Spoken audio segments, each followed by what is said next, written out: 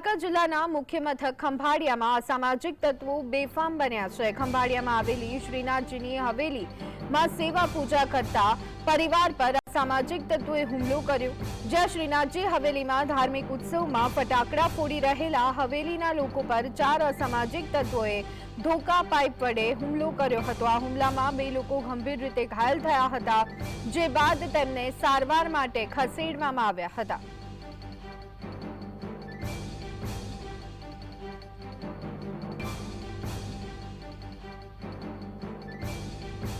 बार फटाकड़ा फोड़ता था तो फटाकड़ा में फोड़ता था तो बाजू में 4 विधर्मीओ आवी अमने ना पाड़वा मांड्या ने जेम तेम गाळो बोलवा मांड्या अमने भगवान ने हवेली ने जेम तेम।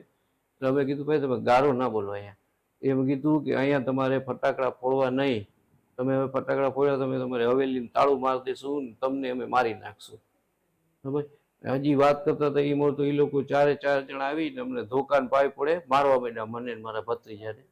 एमां मने एक हाथमां फ्रेक्चर छे, पगमां फ्रेक्चर छे, छातीनो भाग छे ने पाछळ वांसामां लागेलुं छे।